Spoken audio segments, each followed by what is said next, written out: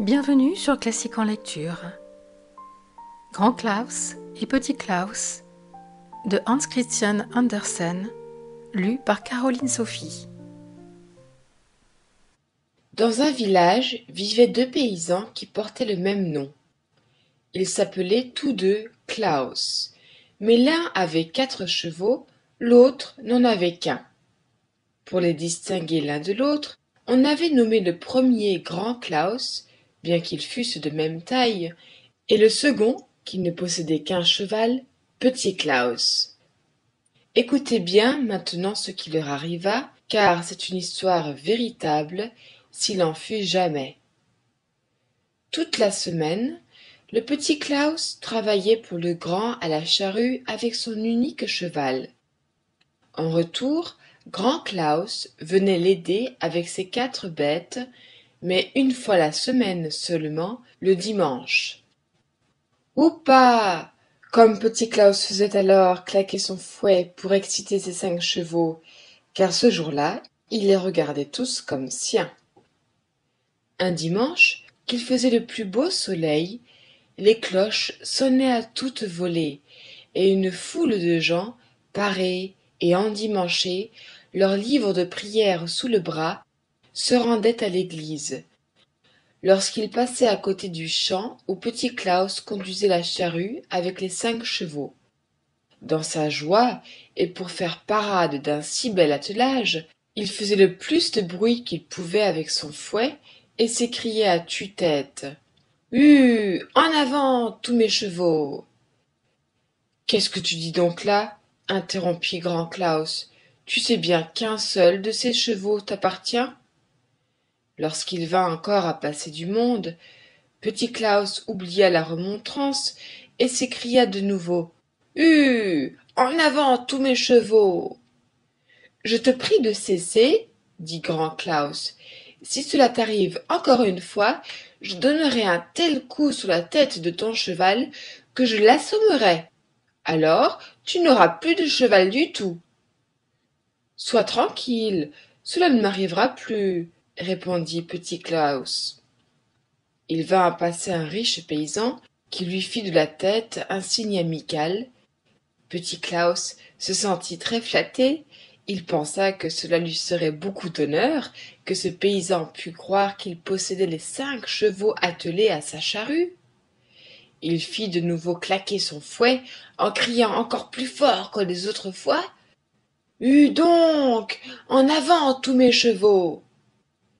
Je t'apprendrai à dire à tes chevaux, dit Grand Klaus. Il saisit une bêche et en donna un coup si violent sur la tête du cheval de petit Klaus que la pauvre bête tomba sur le flanc pour ne plus se relever. Ouh fit petit Klaus, qui se mit à pleurer. Voilà que je n'ai plus de cheval. Mais bientôt il se dit qu'il ne fallait pas tout perdre. Il écorcha la bête, en fit bien sécher au vent la peau, il la mit dans un sac qu'il hissa sur son dos, et il s'enfuit vers la ville pour vendre sa peau de cheval. Il avait un long bout de chemin à parcourir. Il lui fallait traverser une grande et sombre forêt. Pendant qu'il y était engagé, survint un ouragan qui obscurcit le ciel, et petit Klaus s'égara tout à fait. Lorsqu'il finit par retrouver la route, il était déjà très tard. Il ne pouvait plus, avant la nuit, arriver à la ville ni retourner chez lui. Un peu plus loin, il aperçut une grande maison de ferme. Les volets étaient fermés, mais les rayons de lumière passaient à travers les fentes. On m'accordera bien un gîte pour la nuit, pensa-t-il, et il alla frapper à la porte. Une paysanne, la maîtresse de maison, vint ouvrir. Klaus présenta sa demande, mais elle lui répondit qu'il eut à passer son chemin, que son mari n'était pas là, et qu'en son absence elle ne recevait pas d'étrangers. Il me faudra donc rester la nuit à la Belle Étoile, dit petit Klaus. La paysanne, sans lui répondre, lui ferma la porte au nez. Près de la maison il y avait une grange, contre laquelle s'élevait un hangar couvert d'un toit plat de chaume. Je m'en vais grimper là, se dit Klaus. Cela vaudra mieux que de coucher par terre, et même ce chaume me fera un excellent lit. Un couple de cigognes niche sur ce toit, mais j'espère bien que si je me conduis convenablement à leur égard, elles ne viendront pas me donner des coups de bec quand je dormirai. Aussitôt dit, aussitôt fait. Il se hissa sur le toit et, après s'être tourné et retourné comme un chat, il s'y installa commodément pour la nuit. Voilà qu'il aperçoit que les volets de la maison sont trop courts vers le haut, de façon que de l'endroit où il voit tout ce qui se passe dans la grande chambre du rez-de-chaussée. Il y avait là une table couverte d'une belle nappe, sur laquelle se trouvait un rôti, un superbe poisson et une bouteille de vin. La paysanne et le sacristain du village étaient assis devant la table, personne d'autre. L'hôtesse versait du vin au sacristain, qui s'apprêtait à manger une tranche du poisson, un brochet, son mets favori. Klaus, qui n'avait pas soupé, tendait le cou et regardait avidement ces savoureuses victuailles. Et ne voilà-t-il pas qu'il aperçoit encore un magnifique gâteau tout doré qui était destiné au dessert. Quel régal cela faisait! Tout à coup, on entend le pas d'un cheval. Il s'arrête devant la maison. Il ramenait le fermier, le mari de la paysanne. C'était un excellent homme, mais un jour, étant gamin, il avait été battu par un sacristain qui le croyait coupable d'avoir sonné les cloches à une heure indue. C'était un de ses camarades qui avait fait le tour. Depuis ce jour, notre fermier avait juré une haine féroce à toute la gent des sacristains. Il lui suffisait d'en apercevoir un pour se mettre en fureur. Si le sacristain était allé dire bonsoir à la fermière, c'est qu'il savait le maître de la maison absent. La paysanne, qui ne partageait pas les préjugés de son mari, lui avait préparé ce beau festin. Lorsqu'ils entendirent les pas du cheval et qu'ils reconnurent le fermier à travers les fentes du volet, ils furent très effrayés, et la paysanne supplia le sacristain de se cacher dans une grande caisse vide. Il le fit volontiers, il savait que le brave fermier avait la faiblesse de ne pas supporter la vue d'un sacristain. Puis la femme cacha vite dans le four les mets, le gâteau et la bouteille de vin. Si le mari avait vu tous ces apprêts, il aurait demandé ce que cela signifiait, il aurait fallu mentir, et peut-être se serait-elle troublée. Quel malheur! S'écria petit Klaus du haut de son toit, lorsqu'il vit disparaître des plats appétissants. Eh! Qui est donc là? Dit le fermier, entendant cette exclamation. Il leva la tête et aperçut petit Klaus. Celui-ci raconta ce qui lui était arrivé et demanda la permission de rester sur le toit de chaume. Descendons plutôt, répondit le fermier. Tu dormiras dans la maison, et puis tu ne refuseras sans doute pas de souper avec moi. La femme le reçut avec force sourire et démonstration de joie. Elle remit la nappe sur la table et leur servit un grand plat rempli de soupe. Le fermier, qui avait très faim, se mit à manger de bon appétit. Petit Klaus ne trouvait pas la soupe mauvaise, mais il pensait avec regret au succulent rôti, au poisson, au gâteau qu'il avait vu disparaître dans le four. Il avait placé sous la table le sac avec la peau de cheval, et il avait ses pieds dessus. Dans son dépit de ne rien goûter de toutes ces bonnes choses, il eut un mouvement d'impatience, et il appuya brusquement du pied sur le sac. La peau, fraîchement séchée, craqua bruyamment. Psst, psst, dit petit Klaus, comme s'il voulait faire taire quelqu'un. Mais en même temps, il donna un nouveau coup de pied au sac, et on entendit un craquement encore plus fort. Tiens, dit le paysan, qu'as-tu donc là dans ce sac? C'est un magicien, répondit petit Klaus. Il m'apprend, dans son langage, que nous devrions laisser la soupe et manger le rôti, le poisson et le gâteau, que par enchantement il a fait venir dans le four. N'est-ce pas une plaisanterie? S'exclama le fermier. Et il sauta sur la porte du four et resta les yeux écarquillés devant les mets friands et succulents que sa femme y avait cachés, mais qu'il crut rapportés là par un magicien. La fermière fit également l'étonnée et se garda bien de risquer une observation. Elle servit sur la table rôtis, poissons et gâteaux, et les deux hommes s'en régalèrent à cœur joie. Voilà que Klaus donna de nouveau en tapinois un coup de pied à son sac. Le même craquement se fit entendre. « Que dit-il encore ?» demanda le fermier. « Il me conte, » répondit le petit Klaus, « qu'il ne veut pas que nous ayons soif. » Toujours par enchantement, il a fait arriver à travers les airs 3 bouteilles d'excellent vin qui sont quelque part dans un coin, ici, dans la chambre. Le fermier chercha et aperçut en effet les bouteilles que la pauvre femme fut contrainte de déboucher et de placer sur la table. Les deux hommes s'en versèrent de copieuses rasades, et le fermier devint très joyeux. « Dis donc, demanda-t-il, ton magicien peut-il aussi évoquer le diable? En ce moment je me sens de si bien et de si bonne humeur, rien ne me divertirait mieux que de voir maître Belzébuth faire ses grimaces. » « Oh oui, répondit Klaus, mon sorcier fait tout ce que je lui demande. N'est-il pas vrai? Continua-t-il en heurtant son sac du pied. Tu entends? Il dit oui.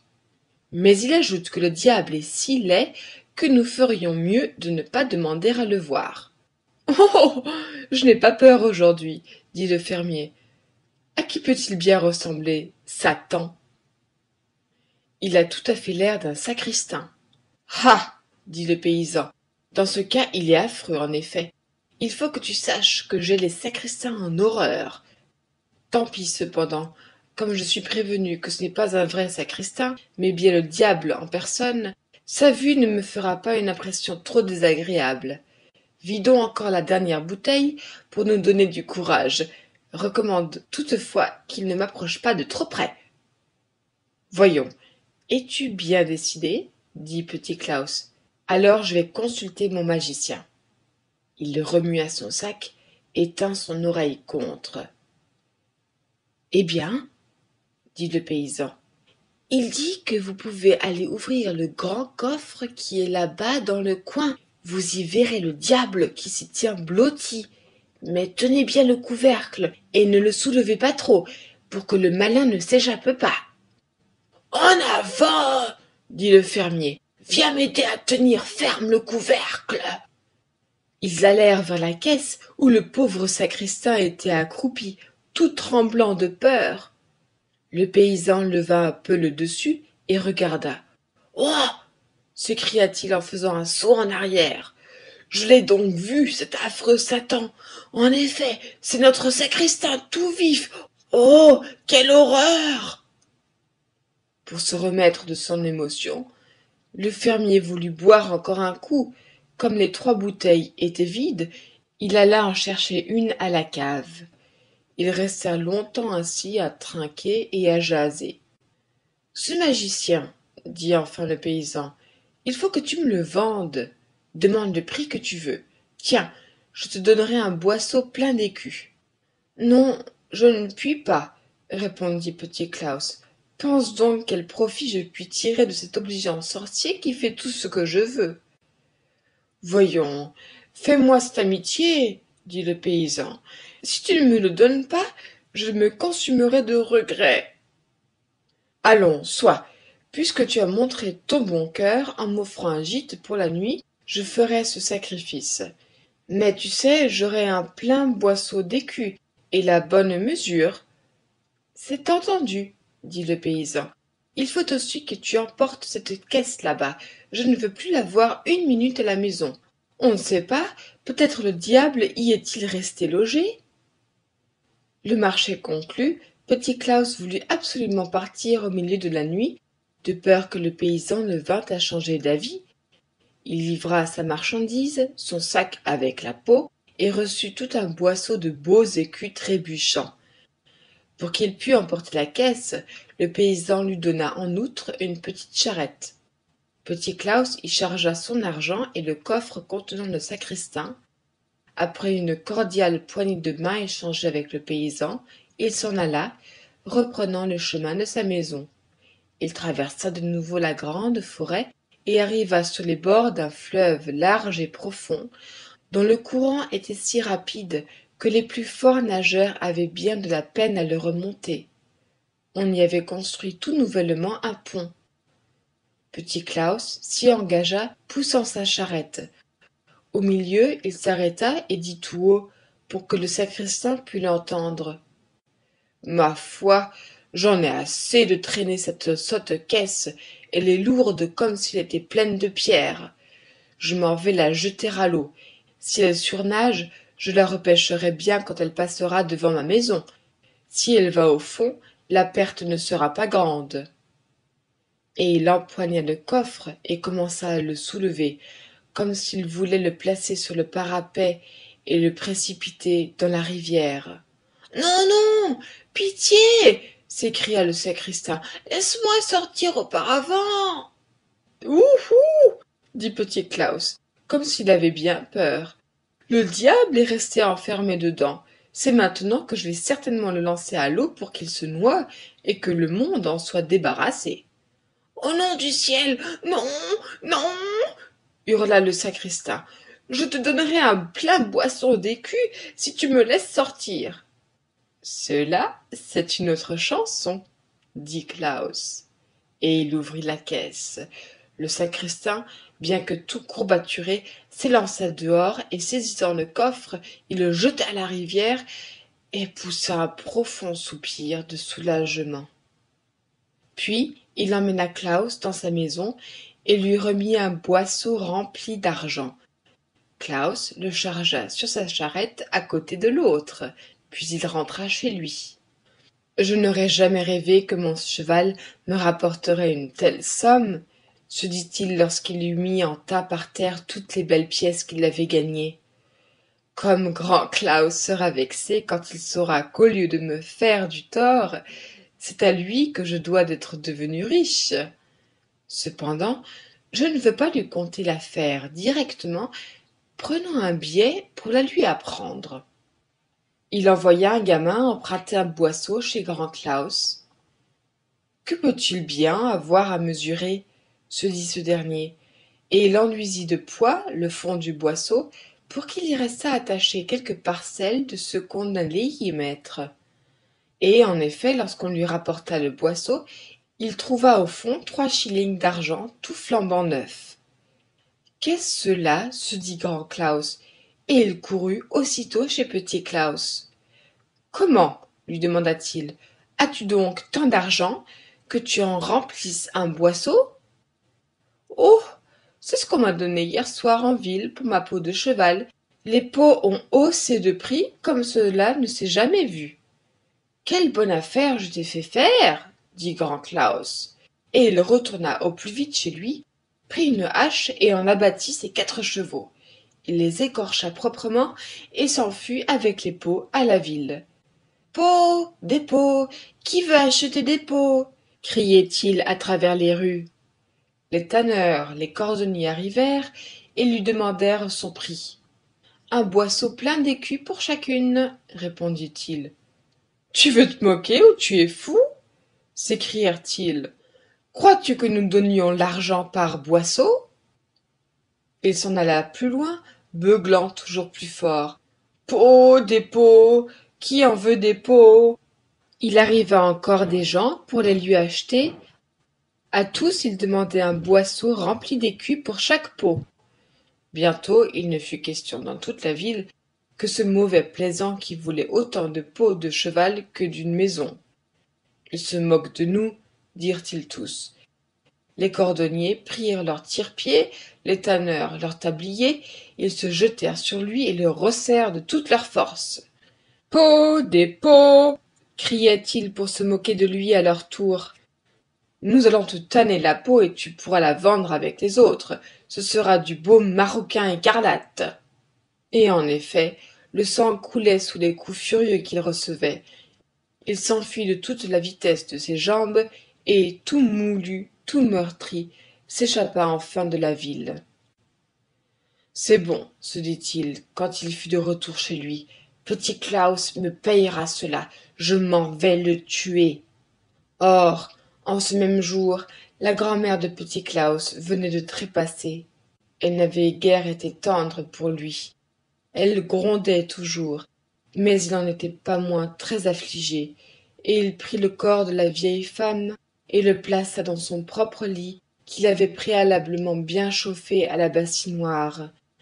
Il pensait qu'elle n'était peut-être qu'engourdie et que la chaleur la ranimerait. Il alluma un bon feu dans le poêle et il s'assit lui-même pour passer la nuit sur un fauteuil dans un coin. Voilà qu'au milieu de la nuit la porte s'ouvre et grand Klaus entre une hache à la main. Il savait où se trouvait le lit de Petit Klaus. Il s'y dirige sur la pointe des pieds et frappe du côté de l'oreiller un terrible coup avec sa hache.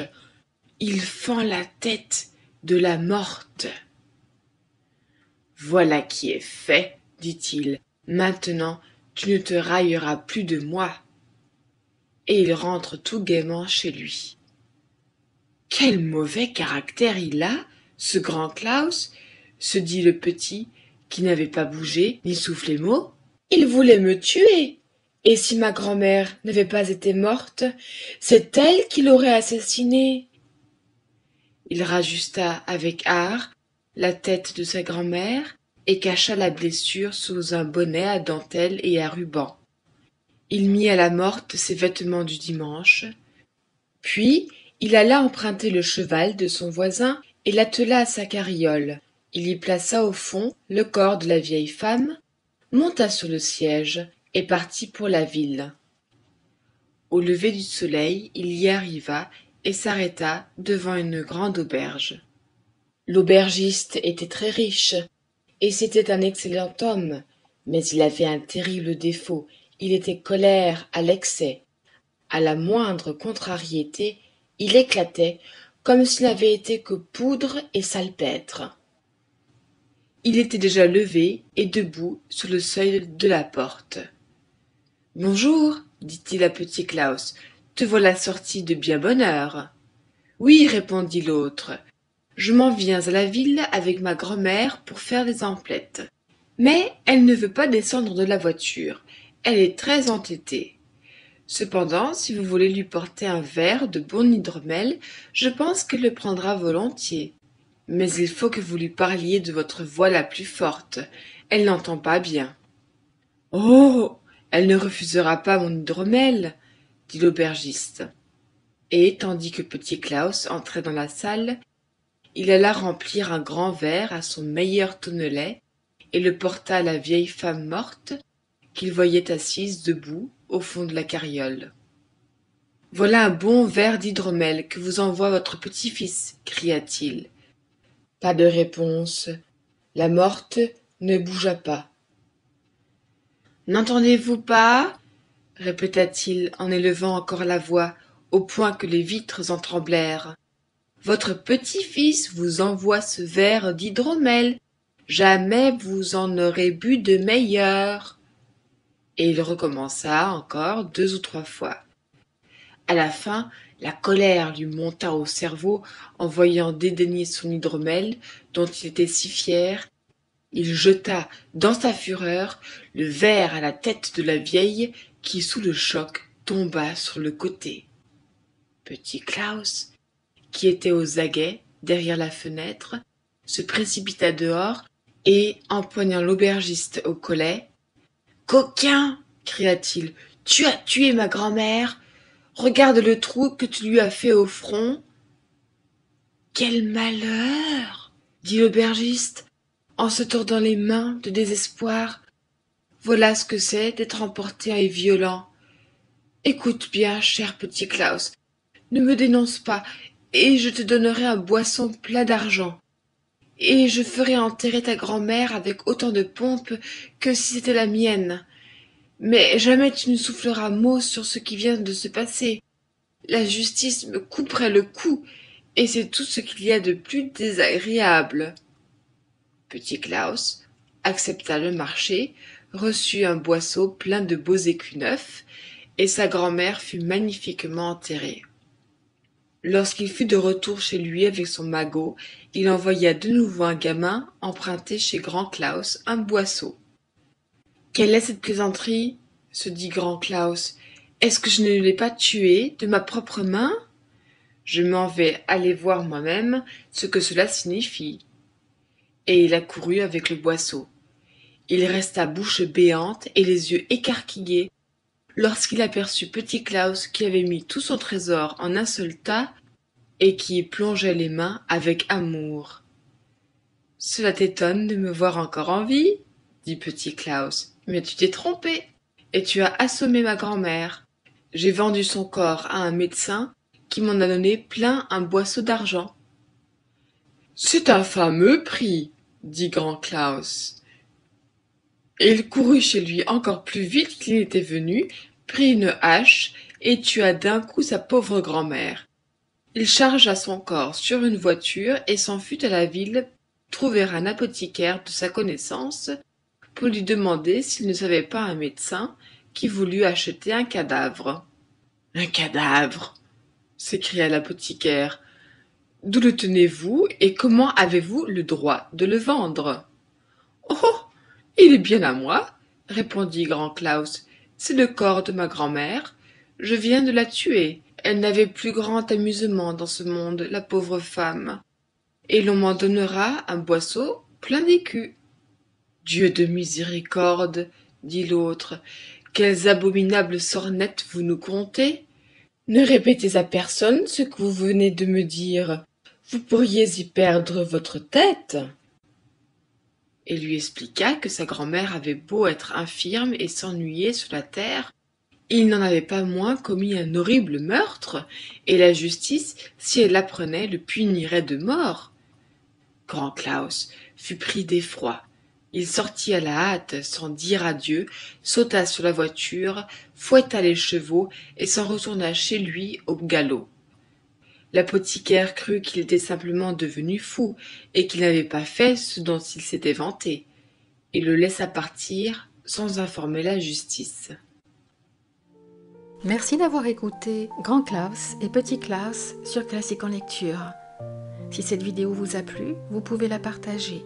N'hésitez pas à liker, vous abonner et activer la cloche des notifications pour être prévenu lorsque je sors une nouvelle vidéo de lecture.